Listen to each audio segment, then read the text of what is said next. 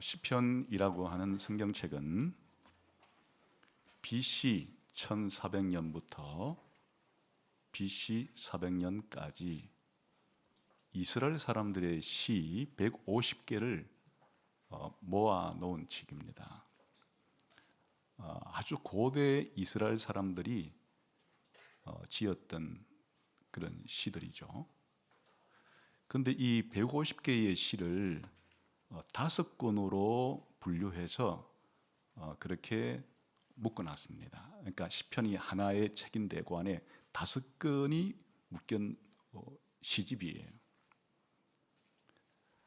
근데 이 5권의 시집을 이렇게 분류를 할 때 왜 5권으로 분류를 했는가?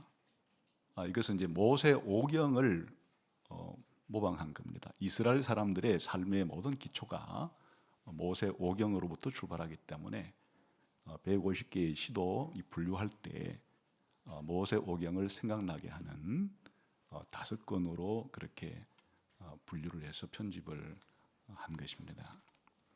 그런데 150개를 5개로 분할을 하려고 하면 30개씩 분할하면 3, 5, 15, 150개가 될 텐데 그렇게 묶어놓지는 않았습니다. 1권이 41개, 2권이 31개, 3권이 17개, 4권이 17개, 5권이 44개의 시로 구성됐으니까 이것은 그냥 단순히 개수로 묶어놓은 게 아니고 뭔가 어떤 주제를 가지고 일관성을 가지고 이 150개를 분류하고 편집했다는 것을 알 수가 있습니다. 다시 말하면 150개의 시를 적어놓은 종이를 하늘로 날려서 떨어진 것을 그냥 묶어가지고 이렇게 했으면 아무런 질서가 없겠죠. 그러나 비슷한 내용끼리 묶고 또 주제별로 묶고 이렇게 하면은 비록 1000년 동안 여러 사람이 쓴 시기는 해도 일관된 하나의 이야기와 통일된 주제를 가질 수가 있게 되겠죠. 그래서 이 150개의 시를 이해하는 가장 중요한 열쇠를 1, 2편에다가 서론으로 붙여놓은 겁니다. 그게 바로 시편 1편은 토라에 대한 시고 시편 2편은 메시아에 대한 시라 그랬죠. 이 토라와 메시아, 메시아와 토라 이 두 개의 주제가 시편 전체를 관통하는 두 개의 열쇠라 그랬습니다. 메시아라는 말은 요즘 말로 말하면 예수님이란 뜻이고 토라란 말은 요즘 말로 말하면 성경이란 뜻입니다. 오직 예수, 오직 성경. 이걸 좀 내용적으로 말하면 예수님은 복음을 대표하죠. 이 토라는 율법을 대표합니다. 복음과 율법 이 두 개의 내용이 사실은 시편 전체의 핵심이자 성경 전체의 핵심이라 그런 뜻입니다. 그래서 이 메시아와 토라, 예수님과 성경이라고 하는 이 두 개의 주제를 짝으로 묶어서 듀엣처럼 만들어서 시편 150편 전체의 서론에다가 배치를 시켜놓고 이 메시아와 토라라고 하는 주제가 예수님과 성경이라는 주제가 시편 전체를 이해하는 열쇠다. 그렇게 배치를 시켜놓은 겁니다. 그런데 이 두 개의 메시아와 토라라고 하는 이 짝은 시편 150편 전체에서 서론에만 등장하는 게 아니고 이 5권으로 나누어 놓은 이 시편 5권 가운데서도 1권의 중심축이라 그랬죠. 1권 전체를 전반부와 후반부로 구분하는 중심 자리에다가 이 두 개를 딱 배치시켜 놨는데 그것이 바로 시편 18편의 메시아라는 주제와 시편 19편의 토라라고 하는 주제가 그 1권의 핵심이라고 그랬습니다. 마찬가지 방식으로 시편을 끝맺는 시편 5권 안에도 이 메시아와 토라라는 주제를 시편 5권의 중심축에다가 자리 잡게 해놨습니다.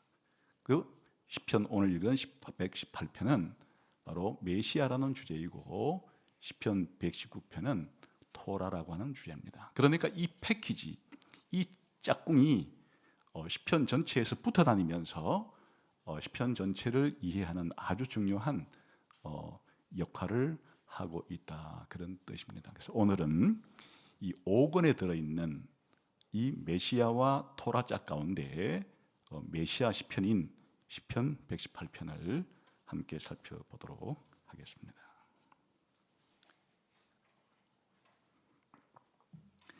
우선 이 시편 118편은 전체적으로 이 구조가 네 부분으로 나눌 수가 있습니다. 우선 첫 부분과 마지막 부분이 같게 배치를 시켜놨어요. 우리 한번 1절 읽어봅시다. 시작. 여호와께 감사하라. 그는 선하시며 그의 인자하심이 영원함이로다.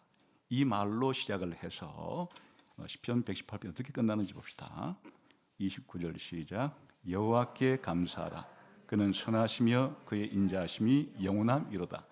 같은 말로 시작하고 같은 말로 끝을 맺죠. 이런 거를 머리와 꼬리가 일관되다 그래서 숨이 쌍관 구조라 그럽니다. 그러니까 처음과 마지막을 같게 내용을 배치를 시켜 놓았습니다.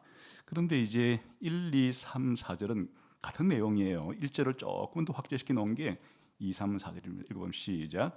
이제 이스라엘은 말하기를 그의 인자하심이 영원하다 할지로다. 이제 아론의 집은 말하기를 그의 인자하심이 영원하다 할지로다. 이제 여호와를 경외하는 자는 말하기를 그의 인자하심이 영원하다 할지로다. 그러니까 여기까지가 이제 서론이 되는 거예요. 1절부터 4절까지가 서론을 형성하고, 그리고 29절이 결론을 형성하고, 이 두 개가 수미성날하게 연결을 지어놓고, 그럼 그 안에 들어있는 게 이제 핵심 본론이 되겠죠. 그래서 5절부터 28절까지의 내용이 이 시의 주된 내용이 되겠습니다. 그런데 이 시의 주된 내용도 둘로 나누어져요. 전반부와 후반부로 나누어지는데 5절부터 18절까지가 전반부고 19절부터 28절까지가 후반부로 되어 있습니다. 이런 구조를 가지고 있어요. 이 구조를 잘 이해해야 이제 이 전체 내용을 잘 이해할 수 있게 되겠습니다. 자, 그러면 이 시편의 시작은 여호와께 감사하라 이렇게 시작을 하는데, 이건 달리 말하면 예배에 대한 초청입니다. 여호와 하나님께 감사하라, 여호와 하나님께 찬양하라. 여호와 하나님께 대한 감사와 찬양은 예배의 본질이죠. 그러니까 이 시는 우리들로 하여금 여호와 하나님을 예배해야 한다. 여호와 하나님께 감사드리고 여호와 하나님께 찬양드리고 그렇게 해야 한다. 이렇게 하나님께 찬양을 드리고 감사해야 될 사람은 특정한 사람만 그렇게 해서는 안 되겠죠. 하나님께 구원받은 사람이라면 누구나 다 여호와께 감사와 찬양을 드려야 할 것이에요. 그래서 이 이스라엘 백성을 세 부류로 나누어서 2절에서는 이스라엘은 말하기를 그의 인자하심이 영원하다 할지로다. 이스라엘 사람을 향해서 예배하라 그러고, 3절은 아론의 집을 향해서 예배하라 그러고, 4절은 여호와를 경외하는 자를 향해서 예배하라고 합니다. 이것은 이스라엘 사람들 전체를 묶어서 표현하는 방식인데, 이스라엘은 전체적인 표현이죠. 그리고 이스라엘 안에 아론의 집이라는 것은 제사장 계층을 가리키는 겁니다. 이스라엘은 제사장 계층이 있어서 좀 더 성전에서 섬길 수 있도록 하였고, 나머지 모든 사람들을 여호와를 경외하는 자라고 표현하면서 여기는 남녀노소 막론하고 모든 이스라엘 사람들을 포함하게 됩니다. 심지어는 신약 시대에 오게 되면 여호와를 경외한다는 것은 이방인들 중에서도 예수님을 믿는 사람들에 대한 표현을 이렇게 쓰기도 해요. 이방인 중에서도 여호와 하나님을 믿는 사람들을 하나님을 경외하는 자라 이렇게 표현을 확장하기까지 합니다. 아무튼 이 시편은 우리 모든 하나님께 구원을 받은 모든 사람들로 하여금 하나님을 찬양하고 감사하는 것이 마땅히 해야 될 거다. 이런 말로 시작을 하죠. 그럼 왜 하나님께 우리가 감사를 드리고 찬양해야 하느냐? 하나님이 선하시고 하나님이 우리에게 베풀어 주신 사랑이 영원하기 때문이에요. 그래서 여기에서 하나님의 선하심과 하나님의 인자는 언약적인 사랑을 가리키는데, 하나님께서 자신의 백성에게 약속하신 바를 반드시 이루어 주시기 때문에, 하나님은 자신이 약속한 것을 지키시기 때문에, 하나님은 우리를 구원하시는 것도 사실은 옛날 하나님께서 하신 약속을 지키시는 행동이에요. 그래서 하나님이 참으로 선하신 분일 뿐만 아니라 반드시 약속하신 것은 지키시는 그런 분이기 때문에, 그 하나님의 선하심과 인자하심을 통해서 우리가 구원을 받았기 때문에 하나님의 선하심과 인자하심을 감사하고 찬양해야 한다. 그렇게 시작을 하죠. 그러면 이제 이 본론 부분은 무슨 내용인가 하면 이 내용을 상세하게 설명하는 것이에요. 하나님께서 어떻게 선하시며 자신의 인자를 우리에게 베풀어 주셨는가, 그래서 우리가 왜 하나님을 찬양해야 되고 감사해야 되는가 하는 내용을 상세히 풀어서 설명하는 내용입니다. 이제 여기에 한 인물이 등장을 합니다. 나라고 자신을 지칭하는 한 인물이 등장을 해서 여호와 하나님께서 나를 고통 가운데서 구원해 주셨기 때문에 나는 하나님께 감사한다. 이렇게 이제 표현을 하는 것을 볼 수가 있습니다. 이 내용이 이제 5절부터 18절까지의 내용이에요. 자, 그럼 이 사람은 어떠한 공경과 어려움 가운데 있었는가? 자신이 처해 있었던 이와 같은 고통과 공경을 이제 표현하기 시작을 합니다. 우리 한번 5절을 봅시다. 시작. 내가 고통 중에 여호와께 부르짖었더니 됐습니다. 여기에 고통이라고 번역은 되어 있지만 사실 직역하자면 좁은 곳에서 하나님께 부르짖습니다.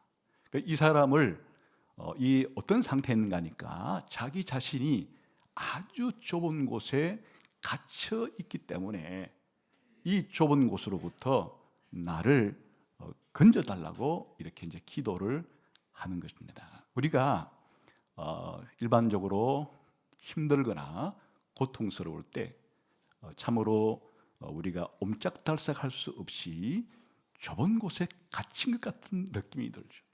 그냥 자기를 쬐어온 것 같은, 고통이 심하면 심할수록 더 이 좁은 곳에서 벗어날 길이 없는 것 같은, 마치 웅덩이에 빠진 것 같고 감옥에 갇힌 것 같고 이 구덩이에 갇힌 것 같은 그런 느낌을 받죠.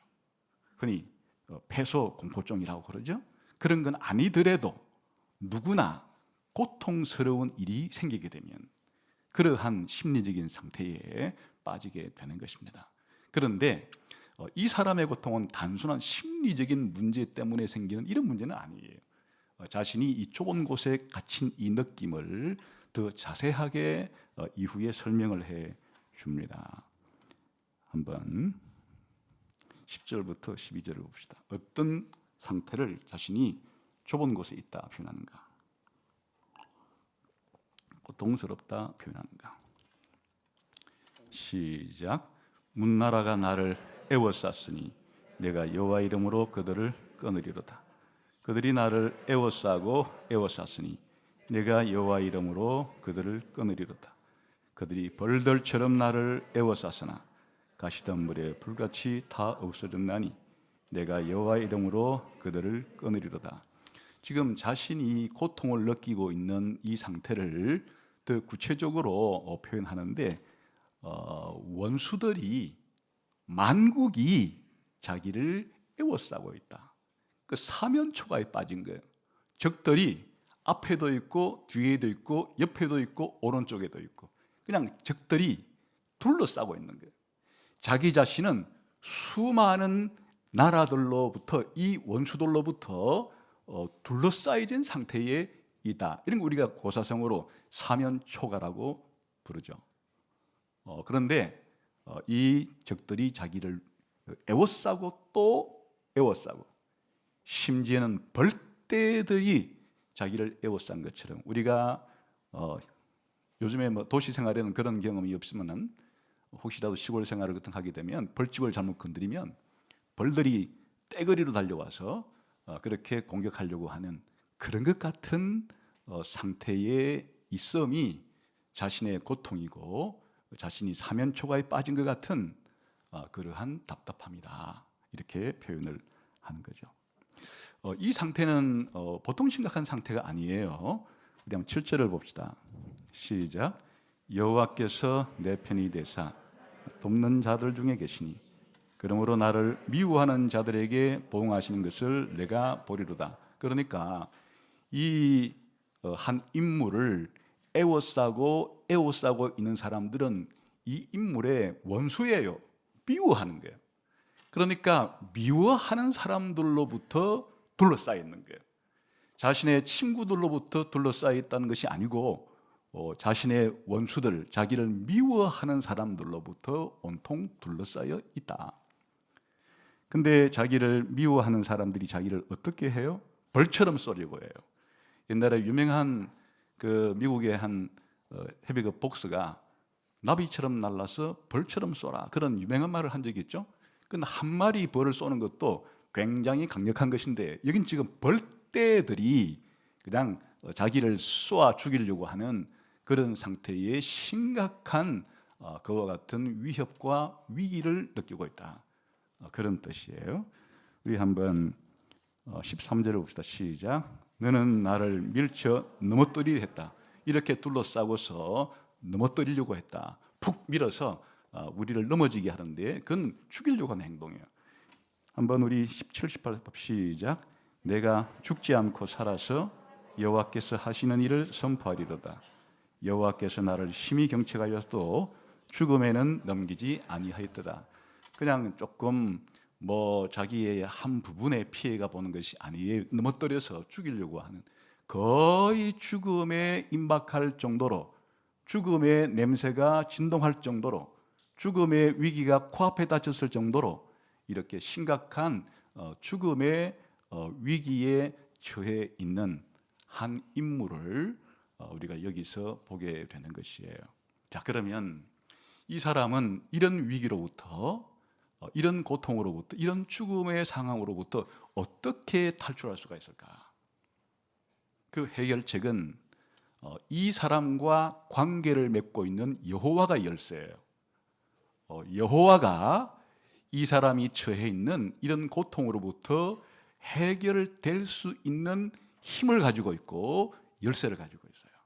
그런데 마침 그 여호와는 이 고통 속에 있는 인물의 한편이에요. 이게 이 사람에게 있어서 문제 해결의 실마리가 열리는 것입니다. 우리 한번 6절을 봅시다. 6절, 7절을 같이 한번 봅시다. 시작. 여호와는 내 편이시라. 내가 두려워하지 아니하리니 사람이 내게 어찌할까? 여호와께서 내 편이 되사 나를 돕는 자들 중에 계시니 그러므로 나를 미워하는 자들에게 보응하시는 것을 내가 보리로다. 여호와가 내 편이다. 여호와가 내 편이다.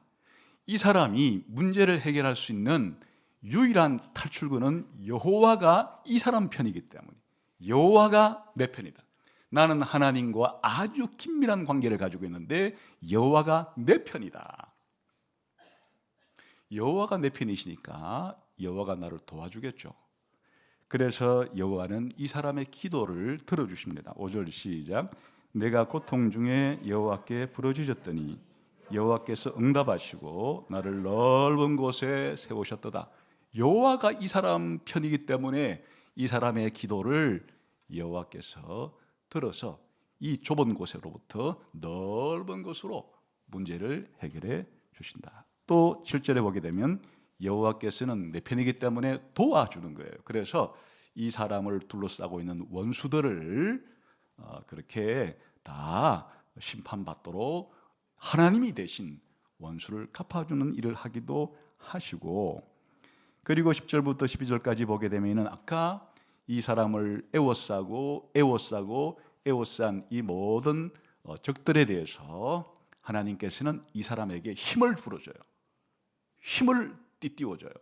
그래서 이 모든 둘러싼 것으로부터 과감하게 끊어버리고 탈출할 수 있도록, 끊어버리고 나아갈 수 있도록 이 모든 사방으로 둘러싼 적들을 분쇄하고 적들로부터 해방과 구원을 받을 수 있도록 하나님께서 이 사람 편이기 때문에 하나님이 그에게 이 모든 사방에 둘러싸고 있는 적들로부터 해방을 주신다, 그런 뜻이 되겠죠. 심지어 그것은 바로 구원이 살아나는 거예요. 17, 18절 다시 시작. 내가 죽지 않고 살아서 여호와께서 하시는 일을 선포하리로다. 18절 여호와께서 나를 심히 경책하였어도 죽음에는 넘기지 아니었다. 거의 죽음 지경에 이르렀으나 하나님이 완전히 죽음 가운데 처하게 하진 않고 다시 살아나서 하나님의 위대한 일을 그렇게 말할 수 있도록 해 주셨다. 그래서 이 사람은 여호와가 자신의 편이기 때문에 여호와로부터 이런 도움을 받고 구원을 받는 거예요. 그러니까 여호와에 대해서 이 사람은 뭐라고 해야 되겠어요? 여호와는 나의 힘이고 여호와는 나의 노래고 여호와는 나의 구원이시다. 이렇게 여호와에 대해서 감사와 찬양을 드릴 수가 있겠죠. 그게 바로 14절이에요. 시작.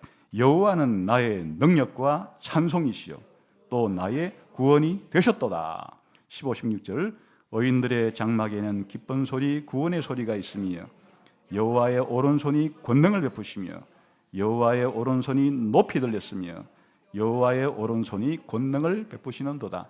이것은 어디에 나오는 구절인가 하니까 출애굽할 때 이스라엘 백성이 애굽에서 나와서 홍해가에 다다랐을 때 애굽의 군대가 이스라엘 사람들을 죽이려고 애굽의 전차 부대를 보내어서 뒤쫓아오고 죽이려고 할 그때에 하나님께서는 전능하신 오른손을 높이 들어서 이스라엘 백성을 홍해를 육지처럼 건너게 하시고 애굽의 모든 전차 부대를 그 홍해 속에서 수장시키는 이런 일을 했을 때 홍해를 건너고 난 다음에 모세와 이스라엘 사람이 부른 노래가 첫 구절이 이 구절이에요.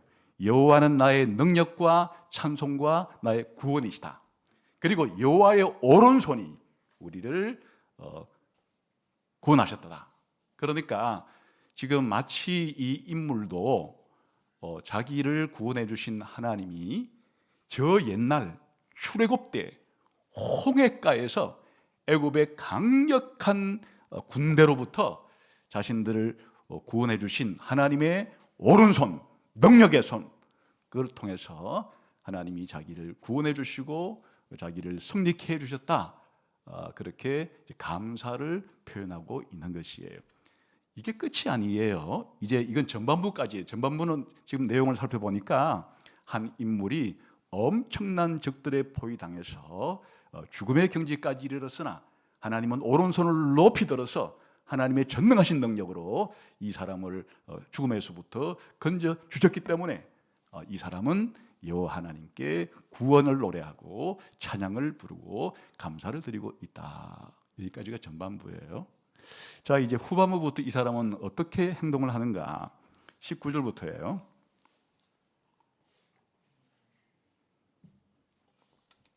19절 시작. 내게 의의 문들을 열지어다. 내가 그리로 들어가서 여호와께 감사하리로다. 이게 이제 중요한 전환점이 되는데요.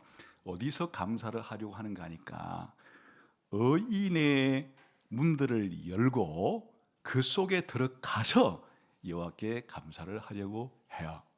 그 의인의 문들이 있는 이곳은 어딘가? 그게 이제 20절에 반복해서 설명할 때 힌트가 나와요. 시작. 이는 여호와의 문이라 의인들이 그리로 들어가리로다. 여호와의 문이라고 표현된 것은 여호와의 집에 있는 문이겠죠.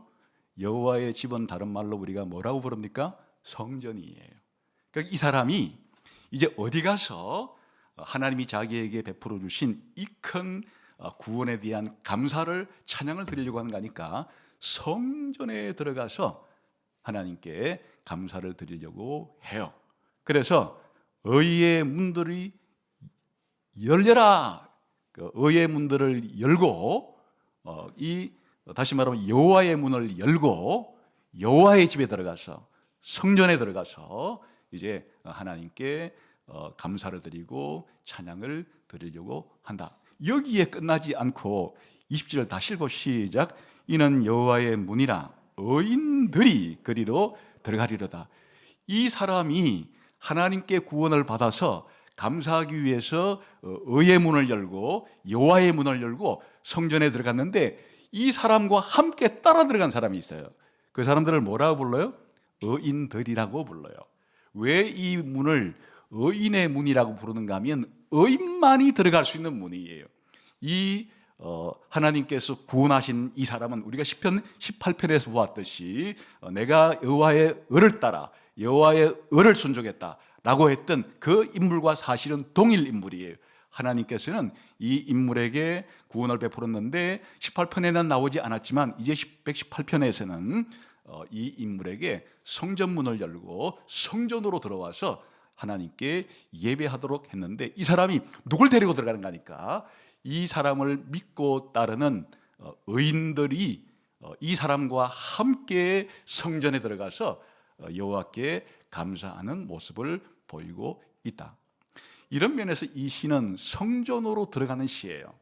하나님께서 구원해 주신 것에 대한 감사함을 성전으로 들어가서 성전에서 하나님께 감사를 드리고 예배하는 그런 일종의 시라고 할 수 있겠죠.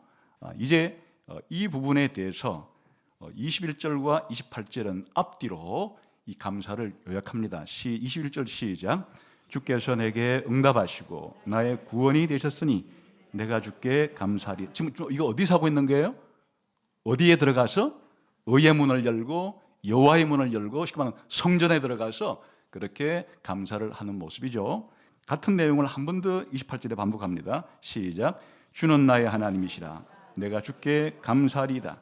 주는 나의 하나님이시라 내가 주를 높이리이다. 이것은 이제 하나님께로부터 큰 구원을 받은 이 인물이 성전에서 감사를 하는데, 아까 이 인물이 자기 혼자만 들어간 게 아니고 누굴 함께 데리고 들어갔다고 그랬어요?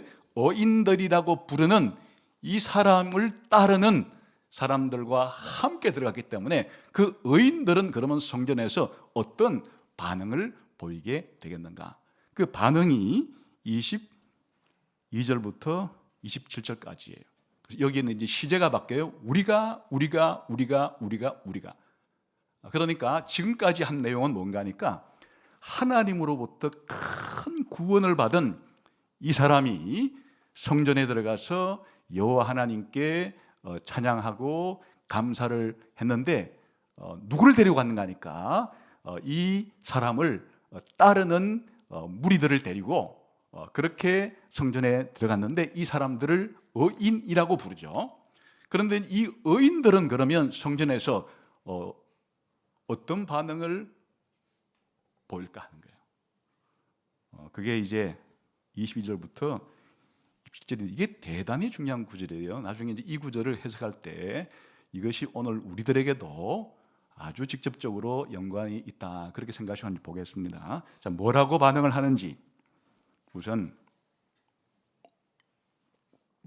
22절부터 24절까지 보겠습니다. 시작. 건축자가 버린 돌이 집 모퉁이의 머릿돌이 되었나니 이는 여호와께서 행하신 것이요 우리 눈에 기이한 바로다. 이날은 여호와께서 정하신 것이라 이날에 우리가 즐거워하고 기뻐하리로다. 이건 누가 하는 소리입니까 지금? 성전에 들어간 의인들이 하는 반응이에요. 첫 번째 반응이 뭔가 하니까, 건축자가 버린 돌이 집 모퉁이의 머릿돌이 되었다. 이것은 뭘 가리키는 것이에요?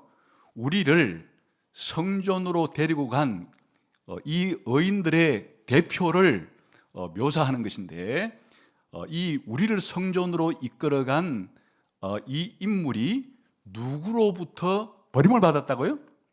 건축자들로부터는 버림을 받았는데 누가 이 사람으로부터 버림받은 사람을 모퉁이 돌로 삼았다고요? 하나님이 그렇게 한 거예요. 그래서 24절에 보면 누가 이 사람이 건축자들은 버렸는데 하나님께서는 모퉁이 돌로 삼은 이 일은 누가 했단 말이에요? 23절에 시작. 이는 여호와께서 행하신 것이고 우리 눈에 기이한 것이다. 이건 지금 뭘 말하는가 하면 지금까지 일을 요약하는 겁니다. 아까 성전에 들어간 인물이 어떤 일을 당했습니까? 극심한 공경, 사면초가와 같은 죽음의 자리로부터 여호와께 부르짖고 여호와의 도움을 받아서 죽음 가운데서 건짐을 받게 된, 살아나게 된 이 일을 요약하자면 수많은 이 사람의 적들은 마치 이 사람을 버렸어요. 이 중심 인물을 미워하고 중심 인물의 적들이어서 이 사람을 죽이기 위해서 둘러싼 이 사람들은 결국 이 사람을 버린 거예요. 그런데 하나님께서 이 사람을 다시 살려주어서 엄청나게 중요한 인물을 만들어 버린 거예요. 여기에 아까 성전에 들어갔다고 했기 때문에 이제 이런 비유를 쓰게 된 거예요. 그래서 우리가 요즘을 집을 지을 때는 이런 돌로 짓지를 않지만 고대 이스라엘 사회에서 성전을 지을 때는 돌로 짓죠. 그러니까 이제 건축자들이 집을 지을 때, 성전을 지을 때 맞는 돌을 이렇게 검사해 가지고 맞지 않는 것은 버려버리죠. 그러나 꼭 맞는 돌들을 취해다가 하나씩 쌓아 올려서 집을 짓고 성전을 짓는 것인데 건축자들이 이건 필요 없어, 쓸모없어, 아무것도 아니야 해서 다 버렸는데 하나님께서는 그걸 가지고 주워다가, 주웠다는 표현, 그걸 취해다가 이 성전 건물에 가장 중요한 돌로 삼았다. 그게 바로 무슨 돌인가 하면 머릿돌이에요. 사실 머릿돌로 번역하기보다 기초돌, 이렇게 주춧돌, 모퉁이돌 이렇게 번역해도 되는데 사실은 이제 둘 다 중요한 돌이에요. 건물을 지을 때 기둥을 밑받침해 주는 돌을 쉽게 말하면 주춧돌이라 그러고 건물의 꼭대기 기둥에서 내려주면서 전체 건물을 완성하는 돌을 머릿돌이라고 해요. 그리고 이제 모퉁이 돌이라는 것은 건물 전체에 모서리에 딱 처음 건물을 지을 때 그것부터 딱 놓고 요 모퉁이 돌로부터 옆으로도 이어가고 앞으로도 이어가고 위로도 이어가는 그 건물 전체의 중심이 되는 돌이 바로 모퉁이 돌이니까 이걸 번역을 하기를 모퉁이 돌이라 번역하기도 하고 주춧돌이라 번역하기도 하고 머릿돌이라 번역하기도 하는데 핵심 내용은 알겠죠? 건물 전체에서 없어서는 아니되고 이 돌로부터 모든 건물이 지어지는 가장 중요한 인물로 하나님이 이 사람을 삼았다. 이게 너무나 기이한 것은 역전이 일어났기 때문에요. 엄청난 대반전이 일어났기 때문에요. 사람들은 이를 무시하고 심지어 미워해서 쓸모없다고 판단하고 죽이려고 했던 그 인물인데 하나님은 그를 살려서 온 이 성전 건물에 다시 말하면 하나님 나라에서 가장 중요한 인물로 삼은 엄청난 대역전 드라마를 하나님께서 일으켰기 때문에 너무너무나 놀랍고 너무너무나 참으로 하나님이 하신 일이 크고 엄청나다 이렇게 느낄 수밖에 없어요. 그래서 하나님이 건축자들이 버렸다는 것은 건축자들이 이 사람을 죽이려고 한 것인데 하나님께서 머릿돌로 삼았다는 얘기는 사람들은 죽이려고 한 이 사람을 하나님께서 살리셔서 이 하나님의 역사에 하나님의 나라에 가장 핵심 기초 중요한 인물로 삼은 이 일이 엄청난 하나님의 일이고 그래서 이 날을 잊어서는 안 되는 거예요. 하나님께서 건축자들이 버린 날을 하나님께서 주춧돌로 머릿돌로 삼은 이 날을 참으로 하나님의 큰 엄청난 역사가 일어난 날이기 때문에 이 날에 기뻐하고 즐거워하자 하는 것이 바로 이 인물을 따라 들어간 의인들의 반응이에요. 다시 정리해 드립니다. 하나님께서 엄청나게 기이한 일, 엄청나게 큰 일을 행했는데 바로 이 죽음 가운데 처해 있던 인물을 하나님께서, 사람들은 죽이려고 했지만 하나님께서 살려서 대반전 드라마를 일으켜서 하나님이 가장 중요하게 삼는 인물로 만들었기 때문에 이 엄청난 날, 건축자들이 버린 돌을 하나님께서 모퉁이의 머릿돌로 삼은 이 날을 기뻐하고 즐거워하고 감사하고 찬양하고 하는 예배의 날로 삼자, 그런 뜻이에요. 이어지는 이야기 25절 시작. 여호와여 구하옵나니 이제 구원하소서. 여호와여 우리가 구하옵나니 이제 형통하게 하소서. 하나님께서 이 중심 나라고 표현한 이 인물에게 구원을 베풀었듯이 하나님이여 이제 우리에게도 지속적인 계속적인 구원을 베풀어 주시고 계속적으로 우리와 함께해 주옵소서. 그리하여 우리가 하는 일을 형통하게 해 주옵소서. 이렇게 이제 하나님께 간구하기도 하는 거예요. 원래 이런 간구는 누가 했어요?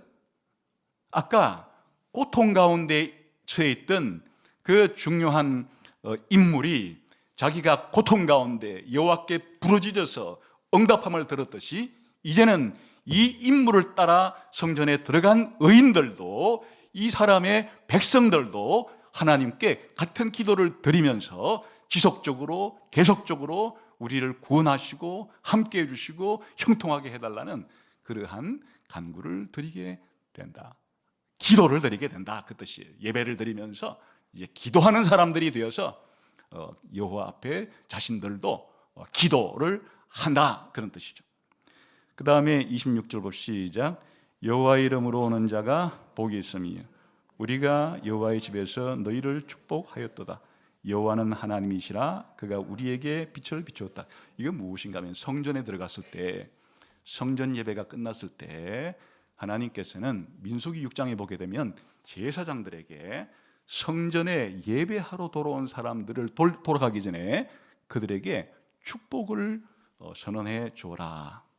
그렇게 해서 제사장은 성전에 예배드리러 온 사람들에게 뭐라고 하나님의 축복을 선언해 주는 것인가 하면, 여호와께서 너에게 복을 주시며 너를 지켜주시기를 원한다.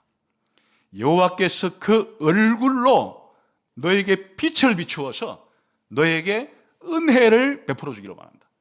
여호와께서 그 얼굴을 너희를 향해서 드사 너희에게 평강 주시기를 원한다.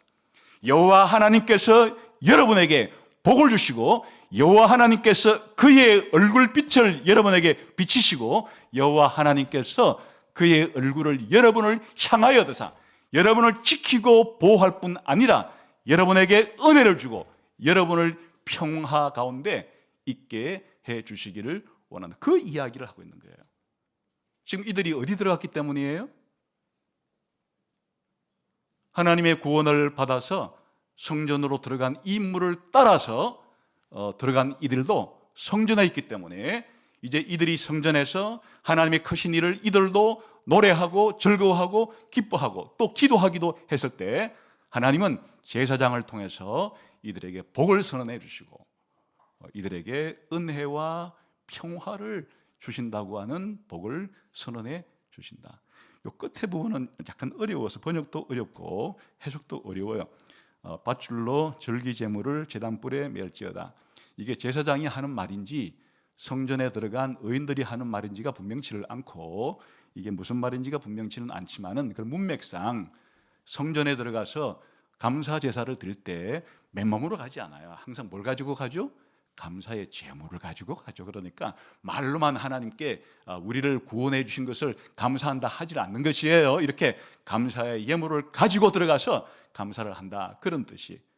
그러니까 성전에 들어간 이 의인들의 반응은 하나님이 구원을 베풀어 주신, 어찌 보면 이들의 왕이에요. 이들의 대표이고 이들의 대표이자 왕에게 베풀어 주신 엄청난 하나님의 큰 일에 대해서 그렇게 즐거워하고 기뻐하면서 또 그 여호와께 기도하면서 그 여호와 하나님께로부터 제사장을 통해서 복을 받으면서 그리고 하나님께 자신의 감사의 제물을 통해서 헌신하는 모습으로 성전 안에서 예배드리는 아름다운 모습으로 이 시는 끝이 나게 되는 것이에요.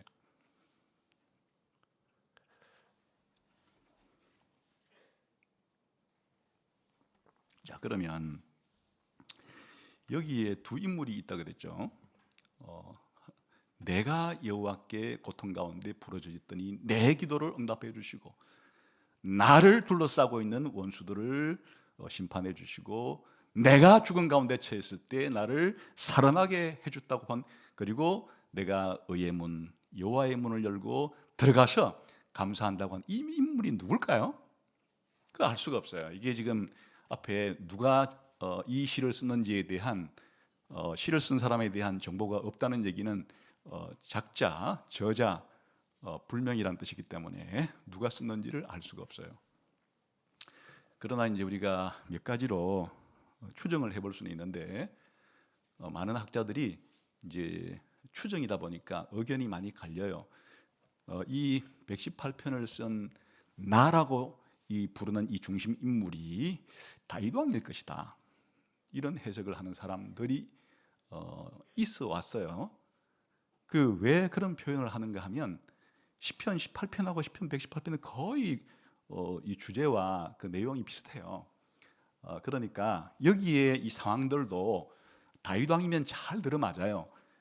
이 수많은 민족들이 이를 애워싸고 둘러쌌을 때 다윗 왕이 이를 끊어내고 하는 이런 장면들이 이 다윗 왕에게 잘 어울리기 때문에 그렇게 표현을 다윗 왕이라 이렇게 해석하는 수도 있고, 어떤 사람들은 이 시기가 바벨론 포로나 포로 이후에 쓰여진 시 같기 때문에, 아니 그 다윗 왕이라기보다는 다윗 왕의 후손으로서의 왕, 그러니까 이제 다윗 왕의 후손들도 왕이잖아요. 다윗 왕의 그 가계를 타고 이제 왕이 됐으니까 예를 들면 성경에서 여호사밧 같은 왕들이 통치할 때도 또 이 주변에 있는 열국들이 쳐들어왔을 때 하나님이 여호사밧을 도와서 이렇게 둘러싼 적들로부터 해방시켜준 그런 전쟁의 승리 경험들도 있기 때문에 다윗 왕의 후손인 어떤 왕이 이 시를 지었을 것이다. 그리고 열국이 쳐들어오는 전쟁으로부터 해방되었을 때 지었을 것이다.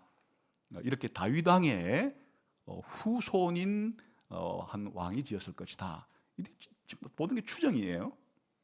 그러나 이 시는 사실은 그 배치된 것으로 볼 때 시편 5편에 배치가 되어 있는데, 이 시편 5편은 어떤 상황, 5권은 어떤 상황을 반영하는가 하니까 시편 1권과 2권은 다윗 왕국이 존속했을 때의 상황을 배경으로 해요.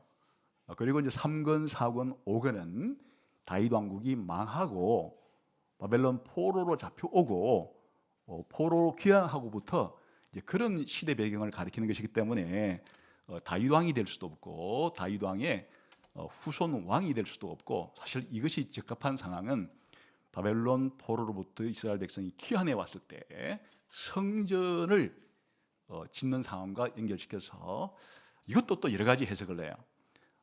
이 이스라엘 백성이 바벨론 포로로부터 한 5만 명 정도 돌아왔는데 첫 해에 초막절을 지키기 위해서 제단을 만들어 놓고 그렇게 했던 그 사건을 기념해서 지은 시다, 이런 사람도 있고, 조금 더 나아가서 이 스룹바벨 성전이라고 하는 제2 성전의 기초를 놓았을 때 그때 지어진 시다, 이런 해석가도 있고, 더 나아가서 이제 제2 성전 스룹바벨 성전을 완공하고 난 다음에 완공 기념식으로 이 제사를 드릴 때 지은 시다, 이렇게 해석하기도 해요. 그럼 뭔가 맞는지 알 수 없어요.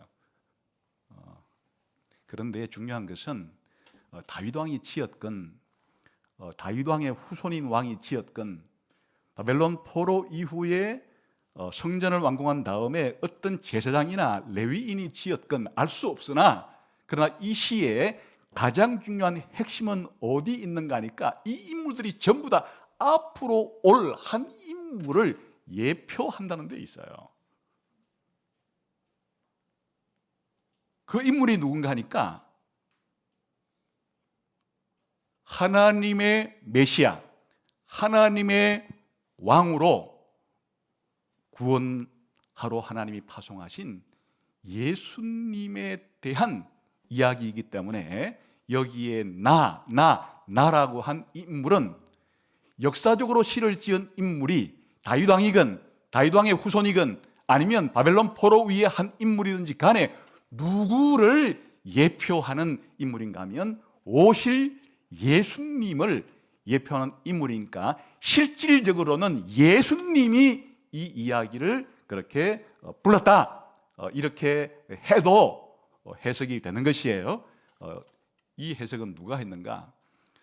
신약 성경에 있는 예수님과 예수님의 제자들이 시편 118편을 예수님에 대한 이야기다, 이렇게 해석을 했기 때문에 이렇게 우리가 받아들일 수가 있는 것이에요.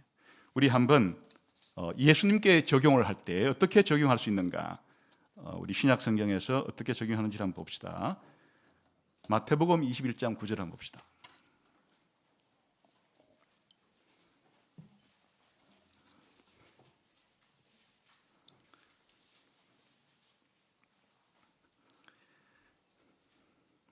(21장 9절) 같이 읽겠습니다. 시작. 앞에서 가고 뒤에서 따르는 무리가 소리를 높여 이르되 호산나 다윗의 자손이여 찬송하리로다 주의 이름으로 오시는 이여 가장 높은 곳에서 호산나 하더라. 이거 어디에 나오는 구절을 지금 사용한 겁니까? 118편 25절 26절 시작. 여호와여 구하옵나니 이제 구원하소서. 여호와여 우리가 구하옵나니 이제 형통하게 하소서. 이게 호산나 하는 말이에요. 구원하소서 하는 말이 호산나 하는 말이에요. 26절 여호와의 이름으로 오는 자가 복이 있으며. 이게 지금 이제 언제 사용된 말인가 하니까 예수님께서 공생애를 끝내고 마지막 예루살렘에 가서 죽고 부활하기 위해서 예루살렘으로 입성을 하실 때, 그걸 우리가 종려주일이라 그러는데, 이때 예수님이 예루살렘으로 들어가려는 이때에 이스라엘 백성들이 손에 종려가지를 들고 뭐라고 예루살렘으로 나귀를 타고 입성하신 예수님을 환영했는가 하니까 시편 118편 25절과 26절에 있는 이 말씀을 가지고 호산나, 시편 118편 25절 26절에 기록된 그 인물이 지금 드디어 왔도다, 이런 말이에요. 여호와의 이름, 주의 이름으로 오시는 이여 호산나, 이렇게 부르면서 예수님을 가리켜서 누구라고 지금 묘사하고 있는가 하니까 시편 118편 26절에 여호와의 이름으로 오시는 그분이 바로 예수님이라고 환영을 하고 있다, 그런 뜻이에요. 어떻게 적용을 했어요? 예수님이 종려주일 때 십자가에 죽고 부활하시는 그 일을 시작하시기 위해서 예루살렘으로 들어갈 때 그 당대에 이스라엘 사람들은 시편 118편을 누구에게 적용했다고요? 예수님에게 적용을 했다, 그런 뜻이에요. 근데 여기에 다윗의 후손이여 하는 것으로 봐서 지금 여기에 나왔던 이 인물은 누구라고 이해했다는 뜻이에요? 다윗의 후손으로 올 왕에 대한 이야기로서 이것을 이해했다는 것을 알 수가 있죠. 그래, 이 이야기는 마태복음, 마가복음, 누가복음, 요한복음, 중요한 얘기니까 사복음서에 빠지지 않고 다 나와요. 그런데 표현들이 조금씩 달라요. 마가복음에서는 찬송하리로다 우리 조상 다윗의 나라여, 이렇게 다윗의 후손을 다윗의 나라라 하기도 하고, 호산나 찬송하리로다 주의 이름으로 오신 이여, 똑같이 말해요. 누가복음에서도 찬송하리로다 주의 이름으로 오시는 왕이여, 왕이라고 표현했어요. 요한복음에서는 호산나 찬송하리로다 주의 이름으로 오시는 이 곧 이스라엘의 왕이여, 이렇게 이해를 하면서 시편 118편이 다윗의 후손으로 오실 메시아 왕에 대한 시편인데, 예수님께서 이 시편에 기록된 것을 성취하러 오셨다는 사실을 이렇게 적용을 한다. 예수님에 대한 시편이라 그런 뜻이에요. 이렇게만 우리가 생각하면 이것은 사람들이 잘못 이해했겠지. 시편 118편이 예수님에 대한 시편이라고, 메시아 시편이라고 오해했을 수도 있잖아, 이렇게 할 수 있잖아요. 근데 예수님이 직접 이 시편이 자기 자신에 대한 것이라고 해석을 해줬어요. 우리 마태복음 21장 조금 뒤에 넘겨서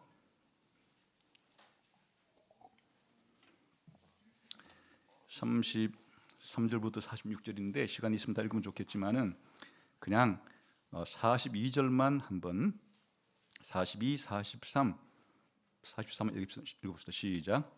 예수께서 이르시되 너희가 성경의 건축자들이 버린 돌이 모퉁이의 머릿돌이 되었나니 이것은 주로 말미암아 된 것이요 우리 눈에 기하도다 함을 읽어본 적 없느냐. 그러므로 내가 너희에게 이르노니 하나님의 나라를 너희는 빼앗기고 그 나라에 열매 맺는 백성이 받으리라. 이 돌 위에 떨어지는 자는 깨지겠고 이 돌 위 사람 위에 떨어지면 그를 가루로 만들어 흩으리라 하시니. 44절도 대제사장들과 바리새인들이 예수의 비유를 듣고 자기들을 가리켜 말씀하신 줄 알고 잡고자 하나 무리를 무서워하니 이는 그들이 예수를 선지자로 알미었더라. 이건 무슨 뜻인가 하면요, 이제 예수님이 예루살렘으로 들어가서 성전에서 사람들을 가르치시는데 그 내용 중에 하나가 이런 내용이에요. 포도원 주인이 소작인들을 고용해가지고 농사를 맡기고 먼 곳으로 떠났다. 그런 다음에 시간이 돼가지고 이 주인이 종들을 보내가지고 소작농들에게 이 세금을 좀 내라 해서 보냈는데 이 나쁜 소작인들이에요. 이 주인이 보낸, 세금 받으러 보낸 이 종들을 죽여버렸어요. 그러자 이 포도원 주인은 이번에는 자기 아들을 보냈어요. 자기 아들은 받아주겠지 해서 자기 아들을 보냈는데 이 나쁜 소작농들이 그 포도원 주인의 아들까지도 죽여버렸어요.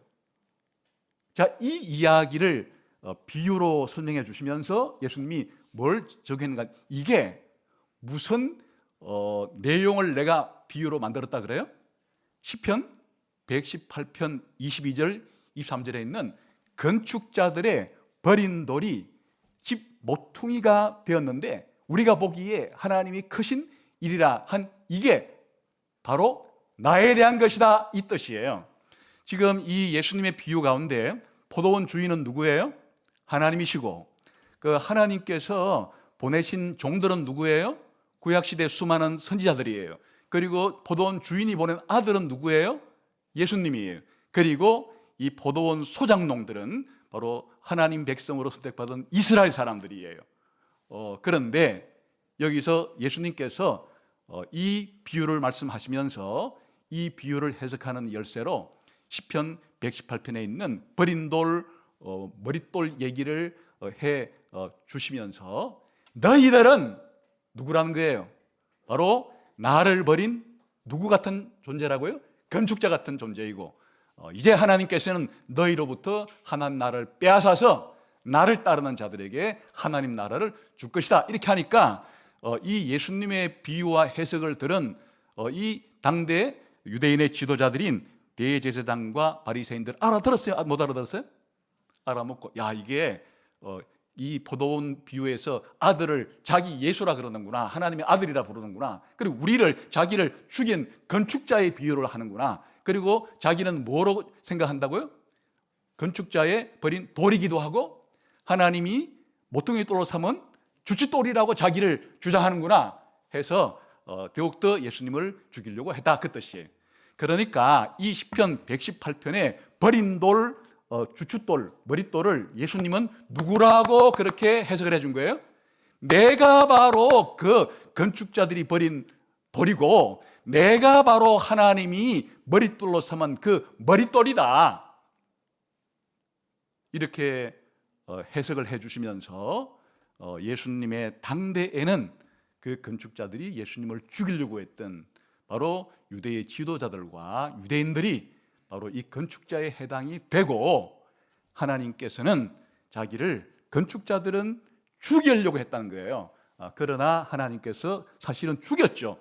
부활시켜서 이제 앞으로 내가 이 하나님 나라의 이 주춧돌이 될 것인데, 머릿돌이 될 것인데, 나를 따르는 그런 의인들이 있을 것이다. 해석하자면 이렇게 예수님은 이 시편 118편의 버린 돌, 머릿돌을 자기 자신을 가리키는 것으로 해석을 했다. 그 뜻이에요. 이러한 해석을 예수님만 한 게 아니고 예수님의 수제자였던 베드로가 역시 마찬가지로 해석을 해요. 사도행전 4장 봅시다.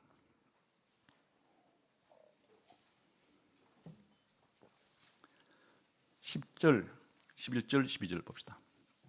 시작. 너희와 모든 이스라엘 백성들은 알라. 너희가 십자가에 못 박고 하나님이 죽은 자 가운데서 살리신 나사렛 예수 그리스도의 이름으로 이 사람이 건강하게 되어 너희 앞에 서느니라. 이 예수는 너희 건축자들의 버린 돌로서 짐 모퉁이의 머릿돌이 되었느니라. 다른 이로서는 구원을 받을 수 없나니 천하 사람 중에 구원을 받을 만한 다른 이름을 우리에게 주신 이 없음이라 하였더라. 지금 베드로가 예수님의 죽음과 부활을 체험한 증인이죠. 당대 이스라엘 사람들과 이스라엘 지도자들이 예수님을 십자가에 못 박아 죽였어요. 그런데 하나님은 이 십자가에 못 박아 죽인 예수를 다시금 부활시켰어요. 이렇게 얘기를 해놓고 어느 구절을 인용해요? 건축자들이 버린 돌이 모퉁이 돌이 되었다. 이 이스라엘 지도자들이, 이스라엘 사람들이 예수님을 십자가에 죽인 것을 건축자들이 버렸다, 이렇게 표현한 것이고, 그리고 하나님께서 예수님을 다시 부활시킨 것을 하나님이 바로 이 모퉁이 돌의 머릿돌로 삼았다, 그렇게 하시면서 예수님을 이렇게 귀중한 건물의 머릿돌 혹은 주춧돌로 삼았다는 말이 무엇인가 하니까 천하 인간 중에서 우리를 구원자로, 메시아로 보내신 인물은 바로 이 예수님 위에는 없다. 다시 말하면 하나님께서 이 머릿돌로 삼았다는 의미가 뭐예요? 이 세상을 구원할 유일한 메시아, 유일한 구원자라는 뜻이다. 이 하나님이 삼으신 이 머릿돌 이외에 우리 인간을 죄로부터, 사단으로부터, 죽음으로부터 구원하러 올 다른 구원자는 없는 거고, 오직 예수님만이 우리를 세상의 죄로부터, 사단의 권세로부터 구원시켜 주실 메시아 구원자이신데, 바로 그 표현이 뭐냐? 사람들이 십자가에 못 박아 죽였으나 하나님이 부활시켜 주신 우리 예수 그리스도가 바로 시편 118편에 나오는 그 버린 돌이고 하나님이 세우신 머릿돌로서 우리의 유일한 구원자라는 말이다. 이렇게 해석을 하잖아요.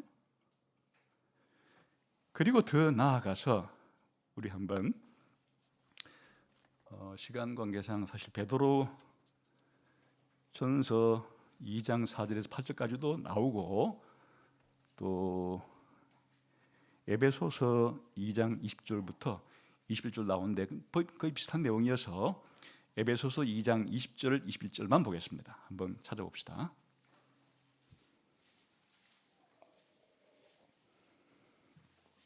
이제 한 단계 더 발전하는 것이에요.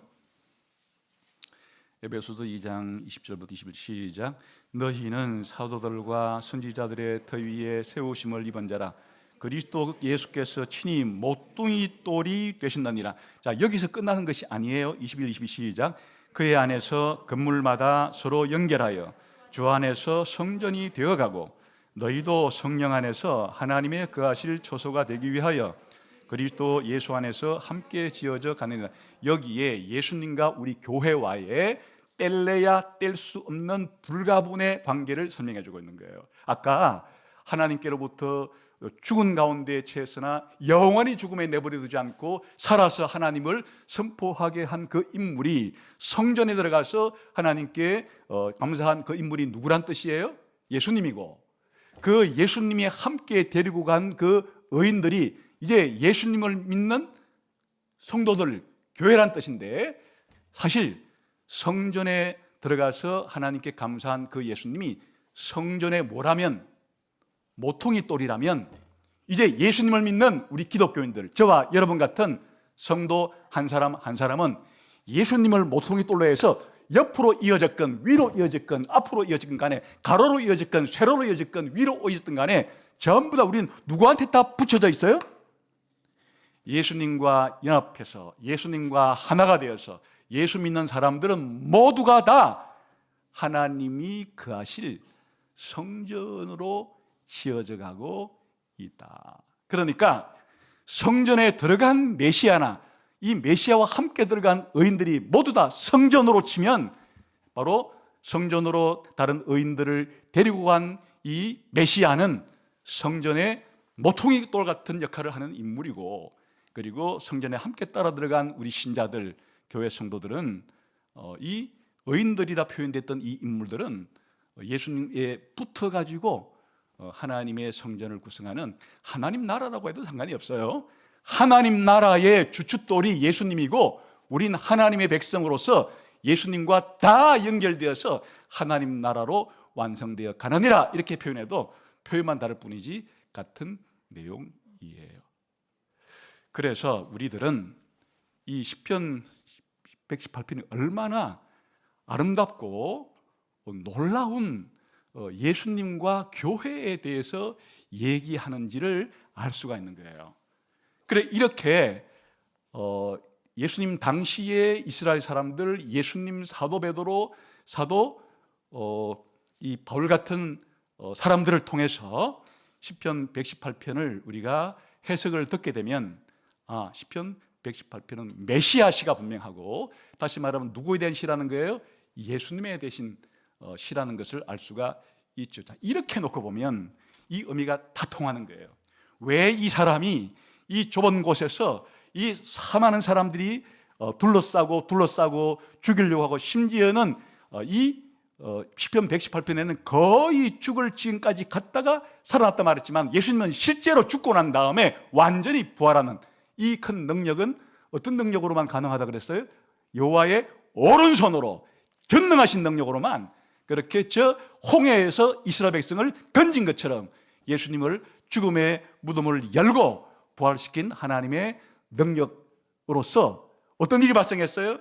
사람들은 예수를 믿지 않고 불순종하고 미워하고 예수님을 반대하는 원수로 예수님을 버렸지만은, 자기 인생에 아무런 도움이 안 된다고, 자기 인생과는 아무런 관계가 없다고 무시하고 받아들이지 않고 반역하고 이렇게 했으나, 하나님은 예수님을 죽은 자 가운데서 살려서, 심지어 어디까지, 여기서 성전이라는 것은 예수님께서 이제 죽고 부활한 다음에 하늘로 올라가셨는데, 신약 성경은 예수님이 올라간 그 하늘을 다르게 뭐로 표현해요? 하늘 성전으로 표현하기도 하는 것이에요. 예수님께서 지금 하늘 성전에 가 계시고, 그리고 베드로와 요한 같은 이는 이미 하늘 성전에 따라 올라갔고, 지상에 남아있는 우리들은 어디서 이 성전을 구성해요? 오늘 이 시간에 우리가 이 예배하는 이 현장에서 하나님의 성전으로 지금 우리가 지어진 상태에 있다는 것을 알 수 있어요. 그러니까 이 예배라는 것은 뭐냐? 하나님이 누굴 통해서 우리를 구원하신 이야기예요? 예수님의 삶의 고난과 순종과 죽음과 부활과 성천과 하나님 보좌 우편에 앉아 계셔서 통치하는 이 과정을 통해서 우리를 구원하셔서, 우리도 우리의 죽음과 죄와 같은 이 좁은 곳에서 우리를 건져서 자유를 주고 해방시켜서 하늘에 앉게 해주시고, 장차 우리가 죽어서 하늘 성전으로 갈 뿐 아니라 주님 오시는 날에는 영원한 새하늘과 새 땅으로 들어가게 해주신 이 일이 얼마나 기이하고 얼마나 놀라운가. 건축자들이 버린 예수를 하나님께서 살리셔서 우리를 구원하신 이 일은 얼마나 기이하고 얼마나 놀라운가. 이 날을 잊어버리지 말고 바로 예수님이 죽었다가 부활하신 이 부활의 날에 함께 모여서 기뻐하고 즐거워하는 것이 바로 이 시편에서 오늘 우리가 이 시편을 성취하고 있는 중이에요. 건축자의 버린 돌이 집 성전 모퉁이의 머릿돌이 되었도다. 이는 하나님 아버지께서 하신 엄청나게 큰 하나님의 일이로다. 예수의 죽으심과 부활이 일어난 이 부활의 날에 우린 모여서 기뻐하고 즐거워하세. 또 하나님께 기도하고, 그리고 제사장적인 축복을 하나님께로부터 오늘 받아 누리고, 우리가 하나님께 대한 감사를 우리의 헌금으로, 우리의 시간으로, 우리의 몸으로, 우리의 전인격으로 하나님께 헌신하면서 감사를 표현하는 오늘 이 예배가 바로 시편 118편 22절부터 27절까지 말씀이 우리 안에서 실현되고 있는 이야기이기도 하다. 다시 말하면 시편 118편은 예수님에 대한 이야기일 뿐 아니라 예수님을 믿고 이렇게 하나님께 예배하게 된 영광스러운 의인들인 바로 저와 여러분 같은 신자들, 교회의 예배에 대한 이야기이기도 하다 하는 것이에요. 여러분, 사실 이거를 이렇게만 적용해도 되지만 사도 바울은 로마서 31절에서 뭐도 적용하는가 하니까 이렇게 구원받은 사람들의 구원의 확신도 노래해요. 로마서 8장 31절에 보게 되면 그런즉 이 일에 대하여 우리가 무슨 말 하리요? 만일 하나님이 우리를 위하시면 누가 우리를 대적하리요? 이건 언어 구절을 지금 간접적으로 암시하는 것인가 하니까 아까 시편 118편의 아주 위대한 구절 가운데 하나가 6절이었어요. 여호와께서 내 편이시라. 내가 두려워하지 아니하리니 사람이 내게 어떻게 할까? 이게 신자들의 담대함이에요. 하나님이 이제 내 편인데 내가 뭘 두려워하고 나에게 위해를 가하려고 하는 인간들이 나에게 무슨 해가 되겠느냐? 물론 해가 될 수는 있죠. 심지어 나를 죽일 수까지도 있겠지만은 하나님께서 나를 붙잡아서 나도 예수님처럼 죽은 가운데서 부활시킨다는 것을 확신하고, 그러나 살아있는 동안에도 우리가 고통 가운데 있을 때, 그리고 어려움 가운데 있을 때, 천지사방 사면초가와 같은 그런 공경 가운데 있을 때 하나님 앞에 부르짖으면 하나님이 내 편이신데 누가 나를 해할 자가 있으랴, 이렇게 말을 하면서 자기 아들을 아끼지 않고 우리 모든 사람을 위하여 내주시니가 어찌 그 아들과 함께 모든 것을 우리에게 주지 않겠느냐 하면서 계속해서 하는 말이 내가 확신하는데 사망이나 생명이나 천세자들이나 권세자들이나 현재 일어난 일이나 장래 능력이나 높음이나 깊음이나 다른 어떤 피조물이라도 우리를 우리 주 예수 그리스도 안에 있는 하나님의 사랑에서 끊을 자가 없다. 오늘 찬양대가 불렀던 넉넉히 이긴다, 이 고백을 가지고 사실은 우리가 신자로서도 이 땅을 살아갈 때 예수님 같지는 않겠지만은 우리 신자들의 앞에도 영적인 원수들이 많죠. 우리의 가장 큰 공경은 우리의 죄 문제예요. 우리의 죽음의 문제예요. 그리고 사단의 권세 아래 우리가 사단이 우리를 원수처럼 우리의 믿음을 빼앗아 가려고 하고 있다는 것이 사실은 우리가 살아가고 있는 이 세상에서의 가장 큰 우리의 문제이고 심각성이에요. 이로부터 여호와께서 나와 한편인데, 여호와께서 예수님을 통해서 나를 구원하셨는데 내가 누구를 두려워하며 뭐를 겁낼 것이냐? 내가 넉넉히 이길 수 있다. 이런 적용까지도 시편 118편에서 우리가 적용할 수 있다. 여러분, 118편이 여러분의 노래가 되게 하세요. 마르틴 루트는 16세기 종교가역가로서 자기는 시편 150편 가운데 이 시편을 가장 좋아한다고 했는데 상황이 비슷하기 때문에 있을 거예요. 루터가 종교개혁을 일으키려고 할 때 얼마나 많은 원수들이 마틴 루터를 죽이려고 했어요. 가톨릭에 있는 수많은 그런 축인과 교황들이, 그리고 그를 따르는 많은 그와 같은 세상의 정치가들이, 엄청난 많은 사람들이 이와 같이 루터를 죽이려고 했을 때 루터는 도망가서 자기가 그 하는 곳에 이 구절을 벽에다가 새겨놓고, 여호와가 내 편인데 내가 누구를 두려워하랴? 사람들이 나한테 어떻게 하랴? 그리고 내가 이 시편 18편의 끝에 보게 되면 이런 구절도 나오죠. 죽지 않고 살아서 여호와께서 하시는 일을 선포하리로다. 하나님이 나를 이 상황 가운데서 건져서 위대한 그리스도의 복음을 전거하게 할 것이다. 그랬으니까 이 시편이 자기에게 가장 잘 맞는다고 생각해서 자기 인생 시편으로 이 118편을 선택했다고 알려지고 있어요. 물론 우리들이 삶의 환경 가운데 예수님처럼 마틴 루터처럼 그렇게 심각한 죽음의 위기에 있지는 않는다 할지라도, 우리가 영적인 눈을 뜨게 되면 정말 하늘의 권세 잡은 자들이, 악한 영들이, 악한 세상이 우리의 신앙을 약화시키기 위해서, 우리의 소망을 약화시키기 위해서, 우리가 하나님과 이웃에 대한 사랑의 의무를 약화시키기 위해서 우리를 진리가 아닌 거짓으로, 선함이 아닌 악으로, 아름다움이 아닌 추함으로 우리를 이끌어가는 수많은 적들이, 원수들이 머리털보다 많다는 것을 알게 될 때, 이 시편은 하나님께서 우리 대장이신, 우리의 왕이신 예수님을 구원했듯이 이제 우리도 이 땅에 있는 동안에 우리를 구원해 주시고, 장차 내가 죽었을 때 나를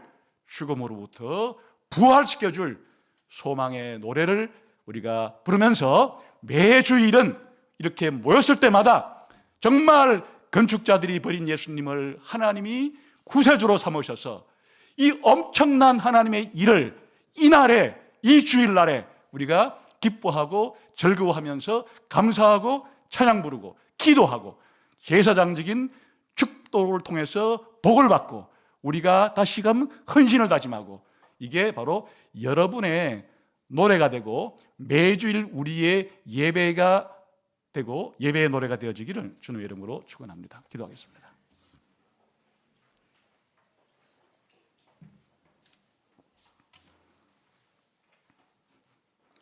하나님 아버지, 우리 눈을 여셔서 시편 118편이 말하고 있는 영적인 현실, 영적인 진리가 우리의 삶 속에 살아 맥동하게 해 주시기를 원합니다. 예수님 이름으로 기도하옵나이다. 아멘.